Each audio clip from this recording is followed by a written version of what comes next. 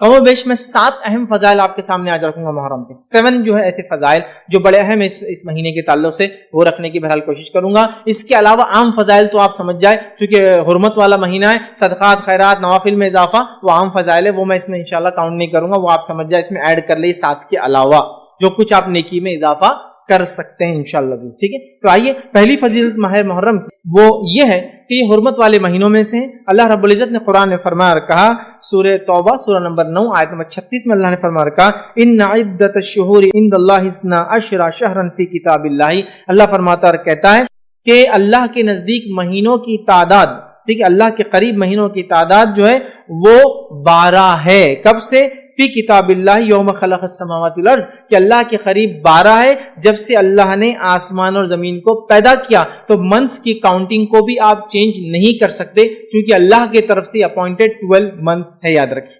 ٹھیک ہے, تو اللہ نے کہا کہ جب سے آسمان اور زمین کو پیدا کیا, منہا اربعۃ حرم, اور ان کے اندر 4 ایسے جو حرمت والے ہیں, محترم ہیں. جنگ اور جدال, معصیت اور گناہوں کے کام سے بچنا چاہیے, یوں تو ہمیشہ بچنا چاہیے, ان مہینوں میں خاص بچنا چاہیے اور نیکی میں اضافہ کرنا چاہیے. تو ان کے اندر 4 حرمت والے ہیں. پھر فرمایا ذالک الدین القیم, اور یہی سچا اور سیدھا جو ہے طریقہ اور دین ہے. پھر فرمایا فلا تظلموا فیہن انفسکم, تو اپنی نفسوں پہ تم لوگ ان مہینوں میں ظلم نہ کیا کرو.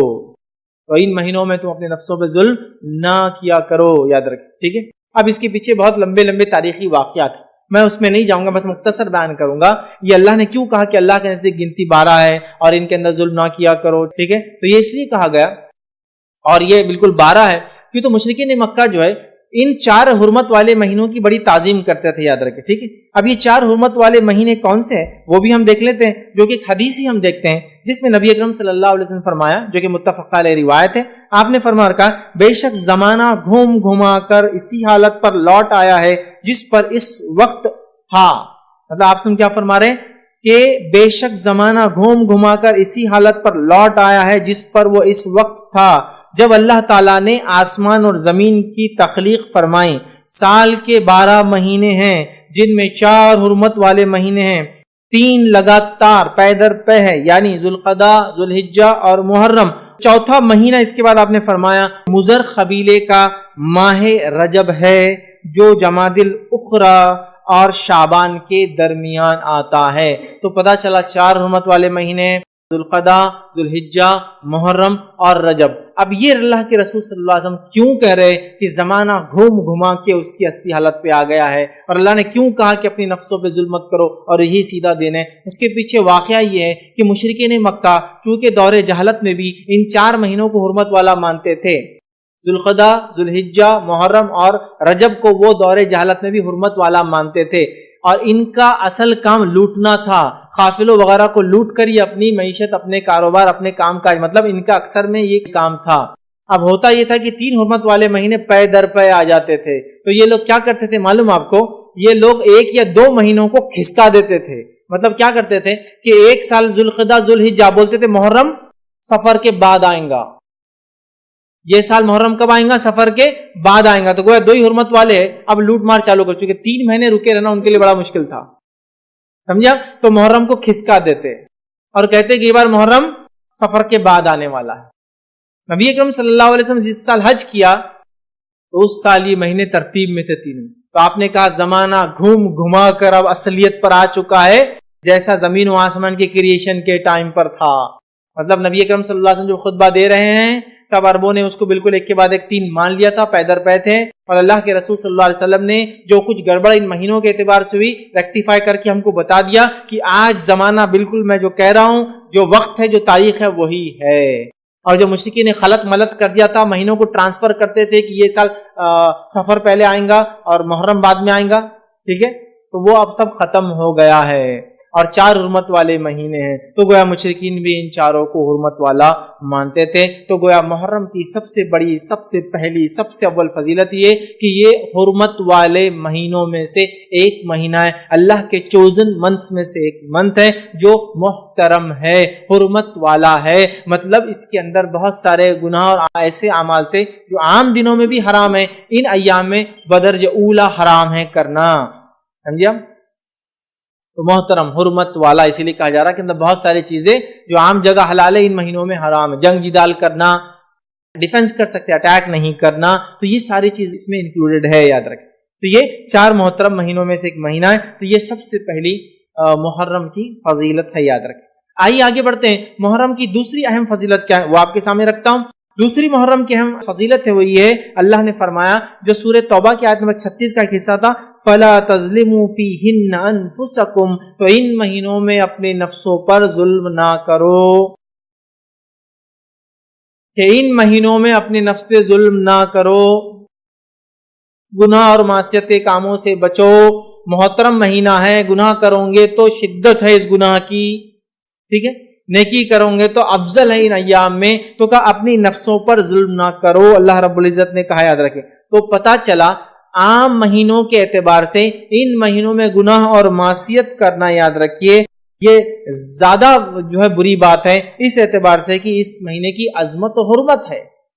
حالانکہ امام قتادہ رحمۃ اللہ علیہ فرماتے ہیں، ان کا قول ہے، حرمت والے مہینوں میں ظلم کرنا دیگر ماہ کے بنسبت ظلم کرنے سے زیادہ بڑا گناہ ہے اور غلطی کا کام ہے. اگرچہ ظلم کرنا ہر حال میں عظیم گناہ ہے، مگر اللہ اپنے امر میں سے جسے چاہتا ہے عظیم بنا دیتا ہے. تو امام قتادہ رحمۃ اللہ علیہ جو بڑے مشہور مفسرین میں بھی ہیں، ان کے اقوال آپ سنتے ہوں گے بار بار، وہ فرماتے ہیں کہ ان ایام میں حرمت والے 4 مہینوں میں گناہ کرنا بڑا زیادہ گناہ ہے. حالانکہ گناہ تو گناہ ہی ہے، ہر بار گناہ کا گناہ ہی ملیں گا، لیکن چونکہ اللہ نے ان کو حرمت والا قرار دیا ہے، اس میں گناہ کرنا ایک عظیم گناہ ہے، مطلب اس کا گناہ زیادہ ملیں گا. تو ہمیں ان مہینوں میں اپنے آپ کو ظلم، زیادتی اور گناہ اور معصیت سے بچانا چاہیے اور نیکی میں اضافہ کرنا چاہیے. تو گویا یہ مہینے میں اس کی حرمت میں، اس کی فضیلت میں ایک فضیلت یہ ہے کہ اس میں ہمیں نیکیوں میں اضافہ کرنا چاہیے، گناہوں سے رکنا چاہیے، چونکہ یہ حرمت والا مہینہ ہے. اب یہ حرمت والا مہینہ ہے، معلوم ہوگا تو ہم نیکی میں آگے بڑھیں گے، گناہ سے بچیں گے نا. اب نون ہی نہیں ہے، محرم کب آتا ہے اور کب چلا جاتا ہے معلوم نہیں. اچھا کچھ لوگوں کو معلوم بھی ہے تو بس اتنا معلوم کہ عاشورے کا ایک دن ہے اور کچھ بھی نہیں معلوم. نہیں میرے بھائی، یہ پورا کمپلیٹ منتھ چاہے 29 کا ہو یا 30 ڈیز کا ہو، حرمت والا ہے. اور یہ 4 مہینے کمپلیٹلی حرمت والے ہیں، کمپلیٹلی، بالکل. ذوالقعدہ، ذوالحجہ، محرم اور رجب کمپلیٹ حرمت والے، چاہے کتنے بھی دن کے ہو، 30 کے ہو یا 29 کے.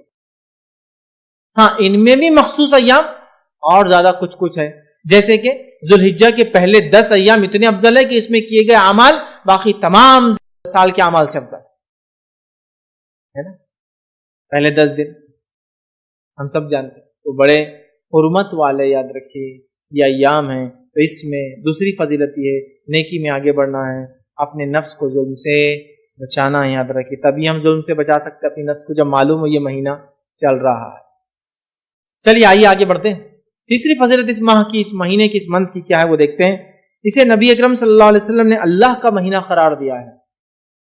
محرم کا مہینہ اللہ کا مہینہ ہے. ویسے تو پورا سال اللہ کا ہی ہے، لیکن اللہ جس سے چاہتا اپنی نسبت جوڑ سکتا ہے، جس کو چاہتا اپنی طرف سے فضیلت دے سکتا ہے نا. تمام دن اللہ کے ہیں، تمام مہینے اللہ کی، لیکن اللہ اس کو جوڑتا ہے. تمام کائنات میں جو کچھ ہے وہ اللہ کا ہے، تمام مسجدیں اللہ کا گھر ہے، لیکن اللہ نے ایک گھر کو خاص نسبت دی اپنے سے، اور وہ بیت اللہ ہے. اللہ کی مرضی کہ کسی جگہ کو، کسی مقام کو، کسی دن کو، کسی مہینے کو اپنے سے جوڑ سکتا ہے، یہ اللہ کی مرضی. تو نبی اکرم صلی اللہ علیہ وسلم نے اس ماہ کو، حالانکہ سارے ماہ اللہ کے ہیں، اللہ کا مہینہ قرار دیا. اللہ نے اپنی نسبت جوڑا اس میں. اس سے بھی اس کی فضیلت میں سمجھتا ہوں آپ لوگوں کے سامنے، ہمارے سامنے واضح ہوتی ہے، یاد رکھیے. تو ٹھیک ہے، تو آئیے اللہ کا مہینہ ہے. اس تعلق سے مسلم کی روایت ہے، نبی اکرم صلی اللہ علیہ وسلم فرماتے ہیں، اور حدیث کے الفاظ ہے، افضل الصیام بعد رمضان شہر اللہ المحرم. کیا فرماتے ہیں؟ رمضان المبارک کے بعد اللہ کے مہینے محرم کے روزے سب سے زیادہ افضل ہیں. تو یہاں اللہ کا مہینہ شہر اللہ المحرم کہا، تو یہاں کا شہر اللہ محرم، اللہ کا مہینہ محرم. یہاں ہمارا ابھی جو جملہ ہے یہ لیں گے ہم، اللہ کا مہینہ. تو تیسری فضیلت اس مہینے کی یہ، نبی اکرم صلی اللہ علیہ وسلم نے اس ماہ کو اللہ کا مہینہ کہا ہے. میں سمجھتا ہوں فضیلت بڑی واضح ہے. یہ اللہ کا مہینہ ہے، سارا سال اللہ کا، لیکن اس مہینے کو اللہ نے خاص نسبت دی اپنے آپ سے، یاد رکھیے. ابن رجب رحمۃ اللہ علیہ فرماتے اور کہتے ہیں کہ اس حدیث میں اس بات کی صراحت ہے، کلیریفیکیشن ہے کہ رمضان کے بعد سب سے بہترین نفل روزہ اللہ کے مہینے محرم کا ہے۔ رمضان کے بعد ایک تو اس میں شہر اللہ المحرم میں سے پہلے کہ افضل الصیام، سب سے افضل روزہ اس مہینے کا ہے، اور وہ کون سا مہینہ ہے؟ جو ہے محرم کا ہے۔ اور یہ مہینہ کیا ہے؟ اللہ کا مہینہ، یاد رکھے، یہ یہاں بتایا جا رہا ہے۔ تو محرم یہ اللہ کا مہینہ یاد رکھیے، اور اس کی بڑی جو ہے حرمت ہے، یاد رکھیے، اس مہینے کی یاد رکھیے، ٹھیک ہے۔ اب آئیے، چونکہ اس کو اللہ کا مہینہ محرم کہا گیا ہے، اسی سے ہم اس کی چوتھی فضیلت بھی دیتے ہیں، اور چوتھی فضیلت اس مہینے کی وہ یہ ہے کہ حرمت والے مہینوں میں یہ سب سے افضل مہینہ ہے۔ حرمت والے مہینے کتنے ہیں؟ 4 ہیں، اس میں یہ سب سے افضل ہے۔ یہ تو خاص طور سے اس مہینے کی نسبت یہ کہا گیا شہر اللہ المحرم، اللہ کا مہینہ محرم، سمجھ رہے ہیں؟ اللہ کا مہینہ محرم کیا گیا۔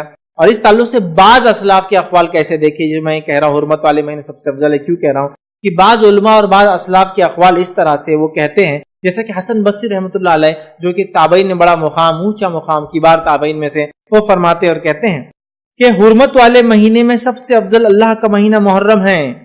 نیز فرمایا، مطلب اسی سے اللہ کا مہینے سے فرماتے ہیں، اللہ نے سال کا آغاز حرمت والے مہینے سے کیا ہے اور حرمت والے مہینے سے ختم کیا ہے، مطلب محرم سے چالو ہوا اور ذوالحجہ پہ ختم ہوا، جو ہے مہینے سے ختم کیا ہے۔ لہذا اللہ کے نزدیک سال میں ماہ رمضان کے بعد محرم سے بڑھ کر کوئی ماہ نہیں ہے۔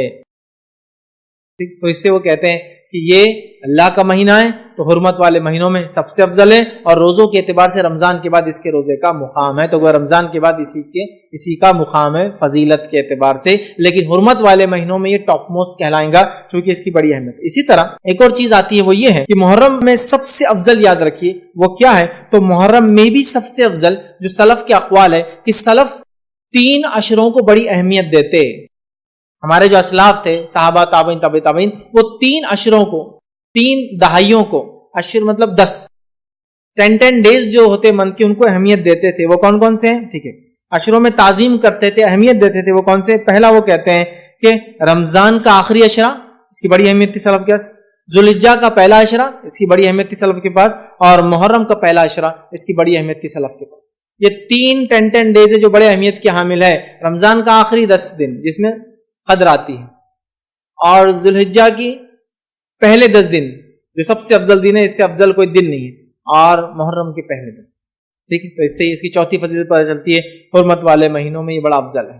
آئیے اس کی 5ویں فضیلت کیا ہے، 5th اس کی فضیلت کیا ہے، وہ کیا ہے؟ اس عظیم ماہ میں کثرت سے روزے رکھنا مستحب ہے، جو کہ صحیح مسلم کی وہ روایت ہے، افضل الصیام بعد رمضان شہر اللہ المحرم، کہ رمضان کے بعد اللہ کے قریب سب سے افضل روزے محرم ہیں، یا دوسرے الفاظ میں نفل روزوں میں سب سے افضل روزے محرم کے ہیں۔ اور آگے نبی اکرم صلی اللہ علیہ وسلم اسی حدیث میں وَأَفْضَلُ الصَّلَاةِ بَعْدَ الْفَرِيضَةِ صَلَاةُ اللَّيْلِ، اور سب سے افضل صلاۃ، سب سے افضل نماز فرض نمازوں کے بعد وہ رات کی نماز ہے۔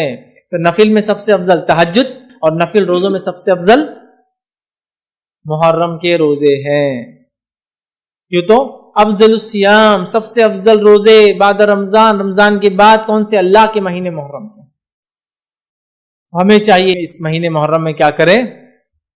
کثرت سے روزے رکھیں، کثرت سے روزے رکھیں، گناہوں سے بچے، نیکیوں کے کام میں آگے بڑھے، ہے نا، ان کے اول 10 دن کے زیادہ سے زیادہ فائدے اٹھائے۔ یہ بڑی اہم بات ہے، یاد رکھیں، یہ بڑی اہم بات، اس کو بہت سوچ وچار کر کے ہمیں پلان آرڈر میں اس منتھ کو جینے کی کوشش کرنا چاہیے، یاد رکھیے، لیکن یہ تب ہوگا جب ہم کو اس کی اہمیت، اس کی فضیلت معلوم ہوں گی، یاد رکھیے، ٹھیک ہے۔ تو یہ جو ہے بہت عظیم ہے، اور سب سے افضل نفل روزہ اسی مہینے کا، یاد رکھیے، روزہ ہے، اور اس حدیث سے صراحت ہوتی ہے۔ ابن رجب کا میں نے وہ قول آپ کے سامنے رکھا رحمۃ اللہ علیہ کا، وہ فرماتے ہیں اس حدیث سے اس بات کی صراحت ہوتی ہے کہ رمضان کے بعد سب سے بہترین نفل روزہ اللہ کے مہینے محرم کا روزہ ہے، یاد رکھیے، اور یہ یاد رکھیے نفل روزوں میں سب سے افضل ہے، یاد رکھیے۔ اسی طرح جو ہے محرم میں روزہ رکھنا جو ہے، اور کثرت سے روزہ رکھنا، یہ بڑی اہم چیز ہے، یاد رکھیے۔ اس کا یہی معنی ہے کہ یہ ایک انسان نفل روزہ رکھے اور محرم کا روزہ سب سے افضل ہے، اس کا معنی ہی ہوتا ہے کہ ہم زیادہ سے زیادہ اگر نفل روزے رکھنے کی کوشش کرتے ہیں تو کون سے مہینے میں رکھیں؟ محرم کے مہینے میں رکھنے کی کوشش کریں، یاد رکھیں، کیونکہ نبی اکرم صلی اللہ علیہ وسلم رمضان کے علاوہ بھی، رمضان کے علاوہ نبی اکرم صلی اللہ علیہ وسلم نے، یاد رکھی اس بات کو بھی آپ ذہن میں رکھیں کہ نبی اکرم صلی اللہ علیہ وسلم نے رمضان کے علاوہ کسی مہینے کے پورے روزے نہیں رکھے. مطلب یہ ہوا کہ محرم کے مہینے جس کو کہیں گے یہ پسندیدہ ہے کہ اس کو زیادہ سے زیادہ انسان رکھے، لیکن زیادہ سے زیادہ کا معنی یہ نہیں کہ پورے مہینے کی، لیکن کوئی رکھتا ہے تو کوئی گناہ نہیں کرتا یاد رکھے، کیونکہ اس کا معنی ہے کہ جس کو کہیں گے یہ پسندیدہ چیز ہے کہ ہم زیادہ سے زیادہ کوشش کریں. لیکن نبی اکرم صلی اللہ علیہ وسلم نے رمضان کے جیسا روزہ، مطلب پورے مہینے کا روزہ رمضان کے علاوہ کسی مہینے کا نہیں رکھا. اور متفق علیہ روایت ہے، اس کے الفاظ اس طرح سے ہے کہ رمضان کے علاوہ نبی اکرم صلی اللہ علیہ وسلم نے کبھی بھی جو ہے ایک ماہ کے مکمل روزے نہیں رکھا، اور نہ ہی شعبان سے زیادہ کسی مہینے میں روزے رکھے.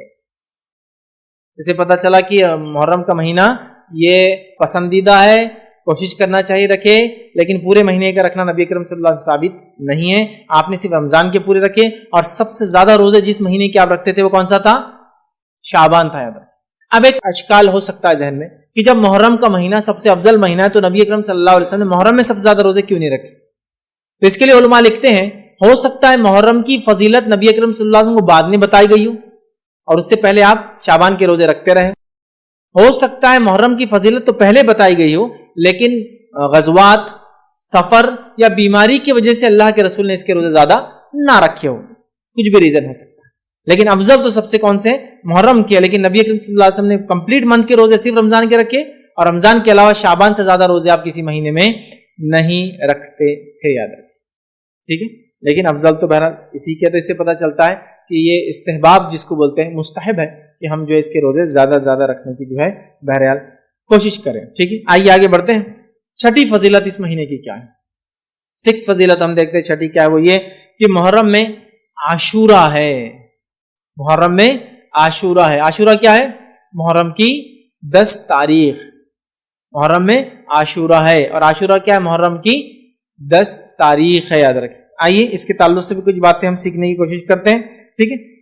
جمہور کے نزدیک، سلف اور خلف کے نزدیک یاد رکھیے محرم کی 10 تاریخ کو عاشورہ کہتے ہیں. اس میں کوئی اختلاف نہیں کہ عاشورہ کب آتا ہے. محرم کی 10 تاریخ کو عاشورہ کہتے ہیں. لیکن ایک بار وضاحت کر دوں، لوگوں نے اس تعلق سے بڑی جھوٹی سچی روایتیں بیان کی. یاد رکھیے اتنی کہ کبھی کبھار تو کاؤنٹ نہیں کر سکتے. لیکن عاشورے کے تعلق سے اکثر روایتیں ضعیف اور موضوع ہے، سوائے چند کو چھوڑ کے جو میں آپ کے سامنے رکھ دوں گا آج انشاءاللہ. سمجھ رہا؟ بہت سارے لوگ اس کی بہت ساری فضیلتیں بیان کرتے، یہ تک بیان کرتے کہ آسمان اسی دن بنا، زمین اسی دن بنا، آدم علیہ السلام اسی دن بنے، اسی دن زمین پہ بھیجے گئے، اسی دن توبہ قبول ہوئی، اسی دن یونس علیہ السلام مچھلی کے پیٹ میں گئے، اسی دن نکالے گئے. ایسی کوئی صحیح روایت نہیں ملتی ہے. کیونکہ دیکھیے جب بات آتی ہے فرمان نبی کی، مطلب قرآن کے علاوہ اگر وحی کا کوئی ذریعہ ہے تو فرمان نبی ہے صلی اللہ علیہ وسلم. فرمان نبی میں اگر کوئی چیز نہ ہو تو میں اپنے دل سے راب بول کر اللہ کے سامنے پکڑ میں نہیں آنا چاہیں گے، ہے نا؟ بس تو نہیں ملتی. افضل دن ہے، لیکن بہت سارے لوگ جو بتاتے ہیں وہ نہیں. ہاں یہ تو حدیث کے اندر واضح ہے کہ اللہ تعالیٰ نے آدم علیہ السلام کو جمعہ کے دن بنایا، آدم علیہ السلام کے دن جمعہ کے دن روح پھونکی گئی، آدم علیہ السلام جو جمعہ کے دن ان کی خطا معاف ہوئی، وہ دنیا کے اندر قدم رکھے تو وہ جمعہ کا دن تھا، اور قیامت جمعہ کے دن آئیں گی. یہ ساری چیزیں تو ہے، وہ جمعہ کے لیے، بس محرم کے لیے نہیں، عاشورے کے لیے نہیں. چلیے آگے بڑھتے ہیں. تو عاشورہ یاد رکھیے یہ بڑا اور مشہور اور معروف ہے، ہم سب عاشورے کے تعلق سے جانتے ہیں. عاشورہ 10 محرم کو ہوتا ہے، اور اس دن روزہ رکھنا یہ سنت ہے. عاشورے کی فضیلت اپنی جگہ ہے، اور اس دن روزہ رکھنا یہ کیا ہے؟ سنت ہے. صحیح مسلم کی روایت ہے، نبی اکرم صلی اللہ علیہ وسلم فرماتے اور کہتے ہیں کہ جو صحیح مسلم کی روایت ہے، مجھے اللہ تعالیٰ سے امید ہے کہ یوم عاشورے کا روزہ گزشتہ 1 سال کے صغیرہ گناہوں کا کفارہ بنے گا.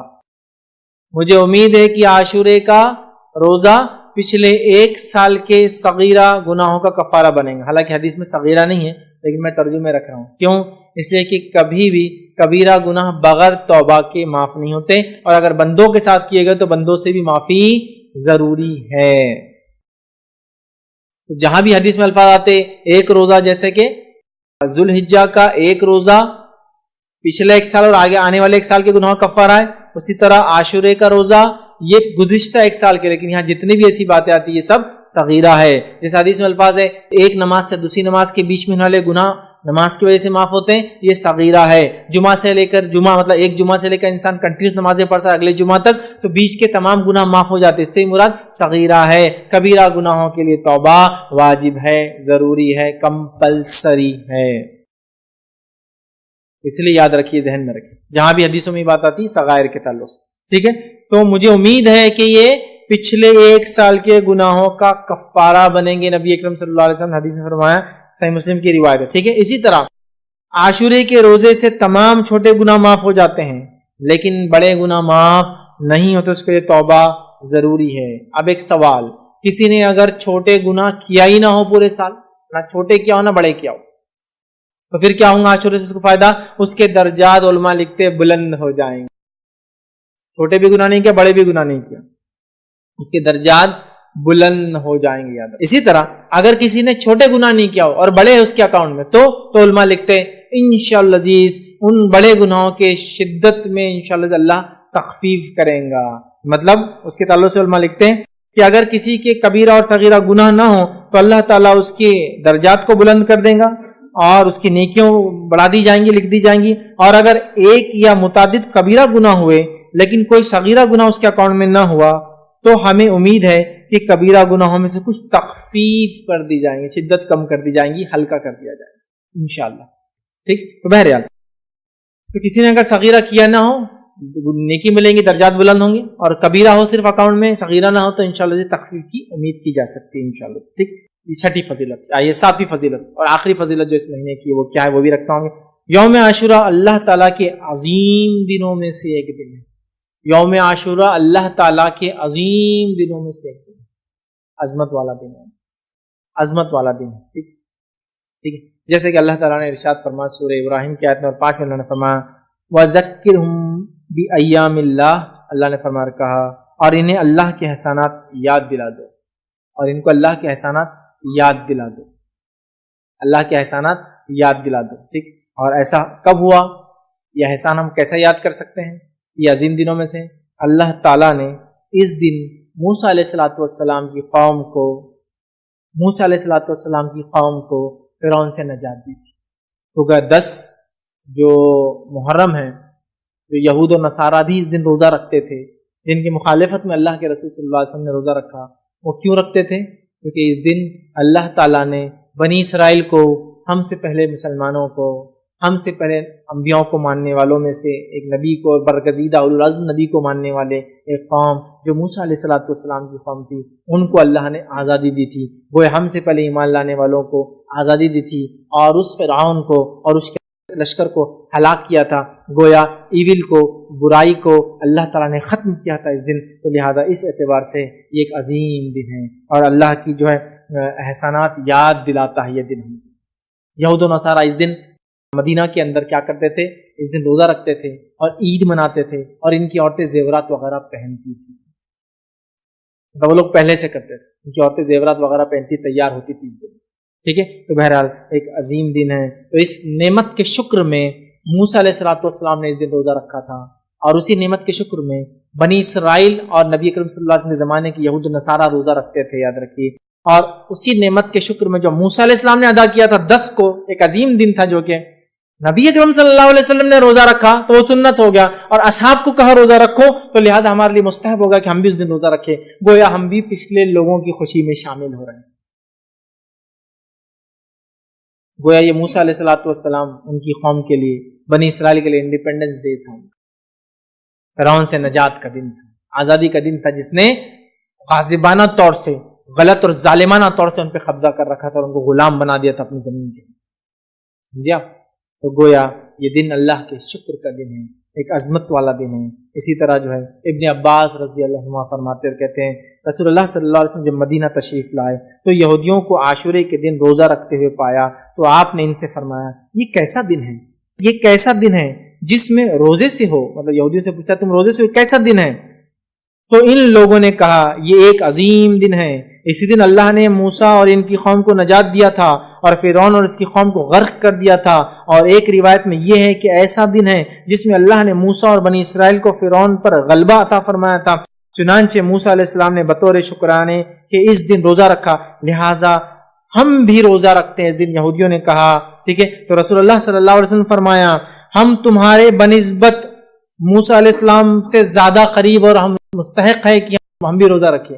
ہم تو موسیٰ علیہ السلام سے تم سے بھی زیادہ قریب ہے کیونکہ تم نے تو دوسرا دین اختیار کر لیا. ہم تو اسی دین پر جو موسیٰ علیہ السلام لائے تھے. تو جب یہودیوں نے کہا کہ ہم اس موسیٰ نے چونکہ اس خوشی میں روزہ رکھا تھا, ہم بھی اس خوشی میں شکرانے میں روزہ رکھتے ہیں, تو اللہ کے رسول نے فرمایا ہم زیادہ مستحق ہے کہ موسیٰ کی اس خوشی میں شامل ہو اور شکر ادا کریں. لہذا آپ نے کہا موسیٰ علیہ السلام کے زیادہ قریب وہ مستحق ہے. چنانچہ اللہ کے رسول صلی اللہ علیہ وسلم نے اس دن کا روزہ رکھا اور صحابہ کرام کو بھی اس دن کا روزہ رکھنے کا حکم دیا. تو گویا ہم بھی پچھلے لوگوں کی خوشیوں میں شامل ہو رہے ہیں جو ہم سے پہلے ایمان والے تھے. اس عظیم دن اللہ رب العزت نے ان کو آزادی دی تھی یاد رکھیں. اسی طرح عاشورہ ہمیں اس بات کی یاد دہانی کرتا ہے کہ مسلمانوں کے درمیان آپسی گہرا تعلق ہے, چاہے ہم زمین زمانے کے اعتبار سے دور ہو, آپسی گہرا تعلق ہے.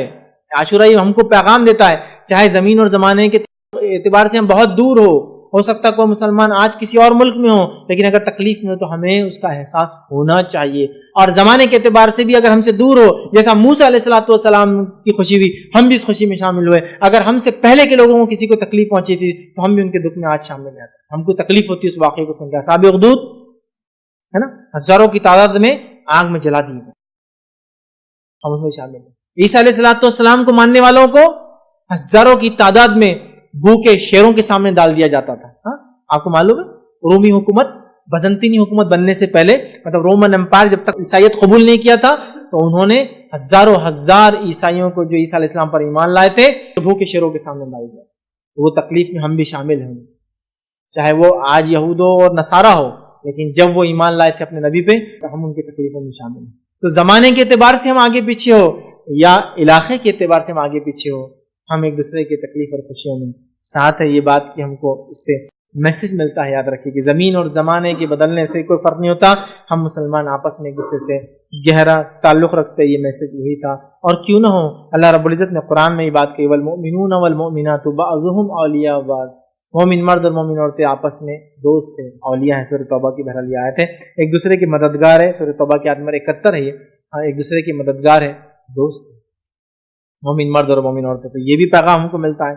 اسی طرح 10 کو جب موسیٰ علیہ السلام اپنی قوم کو لے کر نکلے اور سامنے سمندر تھا بڑا, بنی اسرائیل موسیٰ علیہ السلام کے ساتھ تھی, فرعونی پیچھے سے ان کا لشکر آ کر موسیٰ علیہ السلام کو گھیر لیا. سورہ شورى میں اللہ رب العزت نے اس واقعے کو نقل کیا آیت نمبر 61 اور 62 کے اندر, اور اللہ نے فرمایا انا لمدرکون, اور جب بنی اسرائیل نے کہا یقیناً اب ہم پکڑے گئے, اب پیچھے سے آگے انہوں نے ادراک کر لیا ہمارا, اب تو ہم گھیر لیں گے, پکڑ لیں گے ہم کو. موسیٰ علیہ السلام نے فرمایا کہا کلا ان معی ربی سیہدین, ہرگز نہیں, یقین مانو میرا رب جو ہے میرے ساتھ ہے, جو ضرور مجھے راہ دکھائیں گا. اور کیا ہوا, اللہ نے حکم دیا اضرب بعصاک البحر, مار اپنے لاٹھی کو اس پانی میں, اور سمندر 2 حصوں میں تبدیل ہو گیا. موسیٰ علیہ السلام بنی اسرائیل اس سے نکل گئے, فرعونی بھی پیچھے چلے. ان کے نکلنے کے بعد سمندر پیچ اپ ہو گیا, مل گیا, اور وہ سب غرق ہو گئے. یہ تھا ہوا. اس کے بعد موسیٰ علیہ السلام نے شکر ادا کیا اللہ کا اور روزہ رکھا. یاد رکھیں, اور یاد رکھیں اس دن کی تعظیم اتنی زیادہ تھی کہ تاریخی روایتوں میں ملتا ہے کہ دور جہالت میں بھی 4 مہینے محترم مشرکین مکہ مانتے تھے. مشرکین مکہ بھی اس روز روزہ رکھتے تھے 10 کو, اور اسی دن کعبے کا غلاف بھی بدلتے تھے. عاشورے کعبے کا غلاف یاد رکھیے نبی اکرم صلی اللہ علیہ وسلم نے بدلا, اور اس کے بعد وہ سلسلہ اور معاملہ چلتا ہی رہا. تو مشرکین مکہ دور جہالت میں اس دن روزہ رکھتے تھے کیونکہ اس دن کی عظمت کے اعتبار سے, اور وہ لوگ اس دن کعبے کا غلاف تبدیل کیا کرتے تھے. تو گویا مشرکین مکہ کے پاس بھی اس کی عظمت تھی. اور اسی طرح ماں عائشہ کی جو روایت ہے اس سے پتہ چلتا یہود و نصارہ کے پاس بھی اس کی عظمت اور تعظیم تھی. میں سمجھتا ہوں پورا واقعہ میں نے آپ کے سامنے رکھ دیا, پھر بھی بہت مختصر سا اس کو ایک بار پھر دہراتا ہوں. ماں عائشہ کی روایت وہ فرماتی اور کہتی زمانہ جاہلیت میں قریش عاشورے کے دن کا روزہ رکھتے تھے. خود رسول اللہ صلی اللہ علیہ وسلم نے بھی ہجرت سے پہلے اس دن کا روزہ رکھا, ہجرت سے روزہ رکھا. جب آپ صلی اللہ علیہ وسلم ہجرت کر کے مدینہ منورہ تشریف لائے خود بھی اس دن کا روزہ رکھتے تھے, اور دوسروں کو بھی اس دن کا روزہ رکھنے کا حکم دیتے تھے. لیکن جب ماہ رمضان کے روزے فرض کر دیے گئے تو آپ نے عاشورے کے دن کا روزہ رکھنے کا اہتمام ترک کر دیا اور فرمایا جو چاہے اس دن کا روزہ رکھے، جو چاہے اس کو چھوڑ دے. صحیح مسلم. اور دوسری روایت جو صحیح مسلم کی اس میں الفاظ اس طرح سے ابو موسیٰ اشعری رضی اللہ عنہ فرماتے اور کہتے ہیں یہود یوم عاشورے کو شکرانے کا روزہ رکھتے تھے، اس دن مسرت کا اظہار کرتے تھے، عید مناتے تھے، اپنی عورتوں کو زیورات اور سامان پہناتے تھے زینت کا، اور سامان پہن کر وہ مزین ہوتی، اپنے آپ کو سجاتی اور سنوارتی. یہود بھی روزہ رکھتے، مشرکین بھی روزہ رکھتے، اور اس دن کی حرمت ان کے پاس بھی تھی. تو عاشورہ ہمیں کیا میسج دیتا ہے؟ عاشورہ ہمیں میسج دیتا ہے کہ یہ ایک بڑا تعظیم کا دن ہے، اللہ کی عظمت والا دن ہے. یاد رکھیے اس میں ہمیں روزہ رکھنا چاہیے شکرانے میں کہ اللہ نے ہم سے پہلے مسلمانوں کو نجات دی تھی، ہے نا. دوسرا، اللہ تعالیٰ نے دشمنوں کو مسلمانوں کے ہلاک کیا تھا اس دن. اور تیسرا ہمیں ملتا ہے کہ اس کارنامے کو ہم یاد کرتے ہیں اس دن عاشورے کے دن اور روزہ رکھتے ہیں اس کے شکرانے میں. یاد رکھیے تو لہٰذا عاشورہ ہمارے لیے ایک میسج دیتا ہے، مسلمانوں کو ایک پیغام دیتا ہے. یہ پورا مہینہ بہرحال اپنے آپ میں بڑا اہمیت کا حامل ہے. ویسے تو محرم وہی مہینہ ہے جس میں نبی کریم صلی اللہ علیہ وسلم مدینہ ہجرت کر کے اس دن پہلی محرم تھی جب آپ مدینہ پہنچے تھے، اسی سے ہجری سن اور سال بہرحال چالو ہوتا ہے. تو بڑی اس کی عظمتیں یاد رکھی. تو یہ تھی 7 فضائل اس مہینے کی عادت.